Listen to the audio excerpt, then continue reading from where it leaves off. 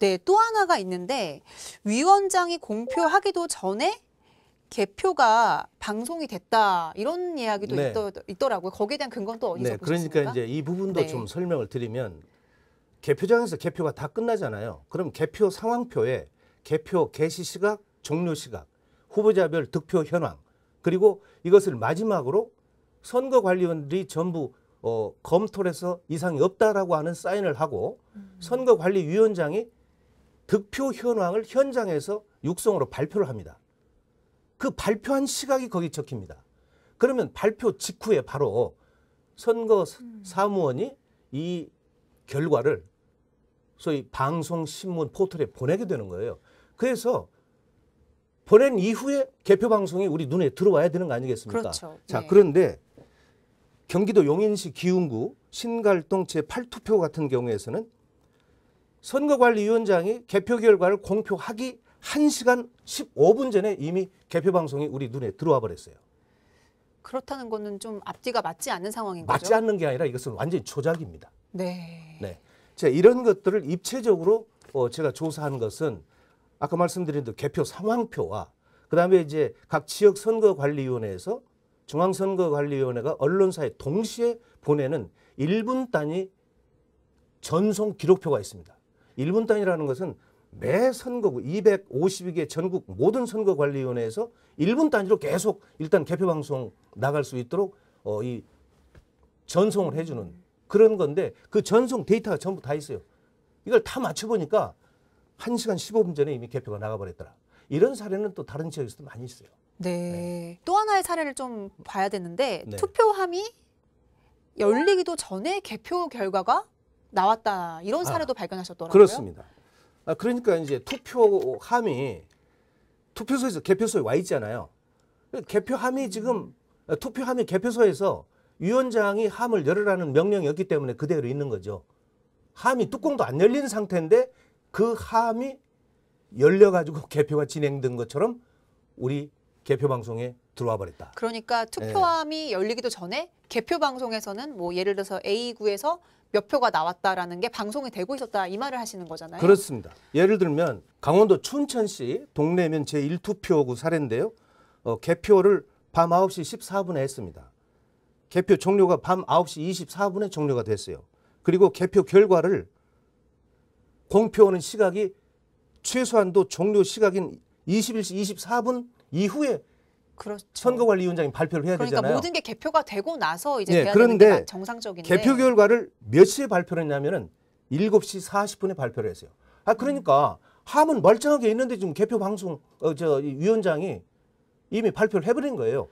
자, 이렇게 되다 보니까 언론사의 이 데이터는 9시 42분에 전송이 돼버리는 거예요. 그러니까 함은 그대로 있는데 위원장이 발표를 하고 그 발표한 데이터가 우리 개표 방송에 우리 국민들 시선으로 보내졌다. 네, 있을 수 없는 얘기죠. 그런데 이와 관련해서 새정치민주연합 조사특위가 제기했는데 네. 그 전자개표기에 문제가 있지 않냐 해서 이 대선 부정 의혹을 제기했는데 이거는 전혀 다른 개표 부정 상황인 거네요. 그렇습니다. 전혀 다른 주장. 그러니까 전자개표기로 인한 부정 사례는 인터넷에 많이 지금 돌고 있는데 자, 그러니까 네. 제가 좀 부연 설명을 해드리면 네. 2012년 12월 19일 날 18대 대통령 선거가 있었지 않습니까? 네. 그리고 나서 그날 밤 8시 40분경에 방송 3사에서는 박근혜 당선 유력이라고 나가버리잖아요. 네. 자, 이러고 나서 박근혜가 당선됐다고 중앙선거관리위원회에서 발표를 했습니다. 네. 자, 그런데 이것을 지켜보는 모든 시민들, 이것은 뭐가 이상하다. 그래가지고 결국은 1월 4일 날 대통령 선거 무효 소송을 제기하기에 이르는 거죠. 그럼에도 불구하고 지금 근 4년이 다 돼가는데 이 대법원에서 6개월 이내에 모든 심리를 끝내도록 돼 있음에도 불구하고 4년이 다 가도록 이걸 심리 조치하지 않고 있다. 이제 이런 내용인데요. 이 과정에서 당시에 문재인 후보를 이 후보로 내세웠던 당시에 그 민주당이죠. 민주당에서는 2013년 1월 달에 당 내에 18대 대선 부정선거 진상 특위를 구성을 합니다. 네. 구성을 했는데 이분들은 제가 가지고 있는 이 자료를 전부 중앙선거관리위원회로부터 받았음에도 불구하고 이 구체적인 상황을 발견하지 못하고 단순한 전자 개표기에 문제가 있다라고 하는 쪽으로 의견을 모아버렸어요. 그러다 보니까 중앙선거관리위원회에서 자 그러면 우리가 이 시연을 한번 해보자. 시연을 그래서 했던 국회에 걸로. 와가지고 네. 이 언론사들이 전부 지켜보는 우리 언론인들이 다 지켜보는 과정에서 시연을 했는데 이상이 없잖아요. 그렇죠. 그러니까 그걸로 다 덮어버리는 거예요. 그러니까, 그래서 민주당이 네. 원초적으로 이 문제를 깊이 보지 못하고 모든 것을 다 승복해버리는 그런 우를 범했던 아주 어리석은 짓을 했죠. 네, 그러니까 지금 여론이나 그 당시에 나왔던 거는 이 전자개표기, 그러니까 개표 네. 투표들이 이렇게 투표용지가 나오면 그게 분류되잖아요. 네. 그 전자개표기에 대한 부정에 관련해서 새정치에서도 문제 제기를 한 건데 이거에 대해서는 공식 시연도 했고 문제가 없다 네, 얘기를 네. 했었던 그리고 거죠. 이제 더 중요한 것은 네, 그때 이미 시민 활동가들이 또 이 대선에 대한 부정 의혹을 제기했던 이 중앙선거관리위원회 노조위원장을 하셨던 분과 그다음에 국정원에서 과거에 근무하면서 이 부정선거에 개입했던 분이 양심선을 통해 가지고 이런 사례들이 있다는 것을 민주당에 강력히 주장을 하고 모든 것을 자료를 제공하고 했음에도 불구하고 민주당에서 그것을 외면했다는 것을 제가 나중에 알고 네. 굉장히 이것은 있을 수 없는 일이다. 그래서 제가 이 문제를 다시 들고 일어나서 마지막에 국회에서까지 이 공론화 시켰던 겁니다.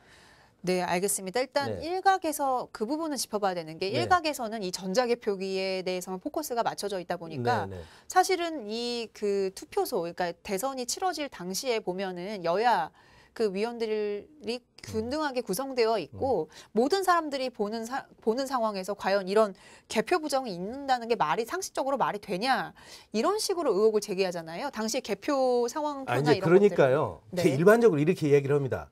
아니 그럼 개표소에 여야야 그러니까 각 정당 후보를 배출하는 각 정당의 개표 참관인들이 있었는데 그게 어떻게 가능하냐 이런 얘기를 하는데요. 이것은 본질과 전혀 다른 얘기예요. 네. 현장에서는 개표가 진행이 될 수밖에 없죠. 제대로. 네. 그런데 이 개표 결과가 소위 말하면 가공된 서버에 다시 입력이 돼가지고 우리 눈에 들어오는 개표 방송은 현장에서 개표가 진행된 상황과는 전혀 다른 그런 결과가 우리 국민들 앞에 보여졌다. 그렇기 때문에 지금 일반적으로 상식적으로 한번 생각을 해보세요.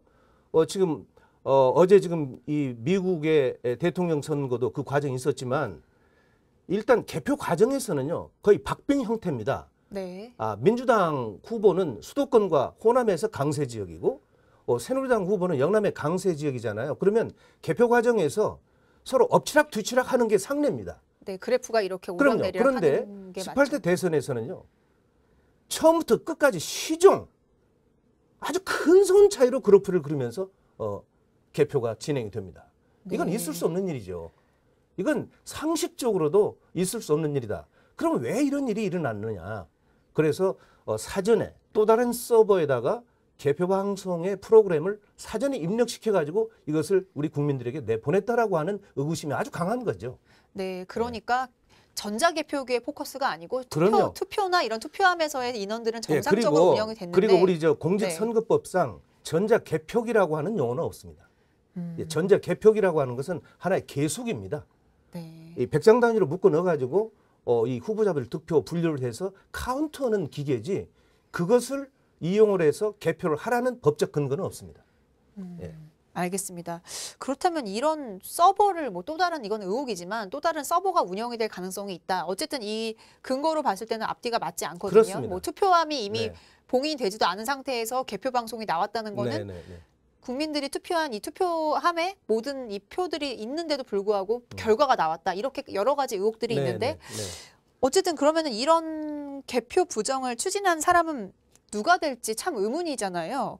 그리고 이게 사실은 만약에 이게 맞다면 선관위나 이런 것들이 조직적으로 개입하지 않으면 안 될 문제인데 혹시 이런 부분에 대해서는 좀 조사를 해보셨나요? 그러니까 이제 이런 거죠.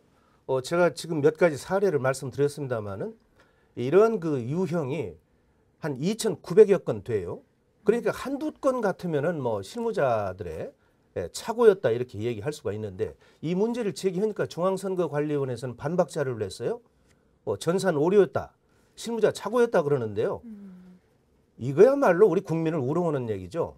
왜냐하면 금방도 말씀드렸지만 전산 오류였다, 실무자 착오였다 그런다면 최소한 한두 건 정도로 끝을 내야 되죠. 중앙선거관리위원회가 존립하는 근거는 공정한 투표와 공정한 개표를 진행하기 위해서.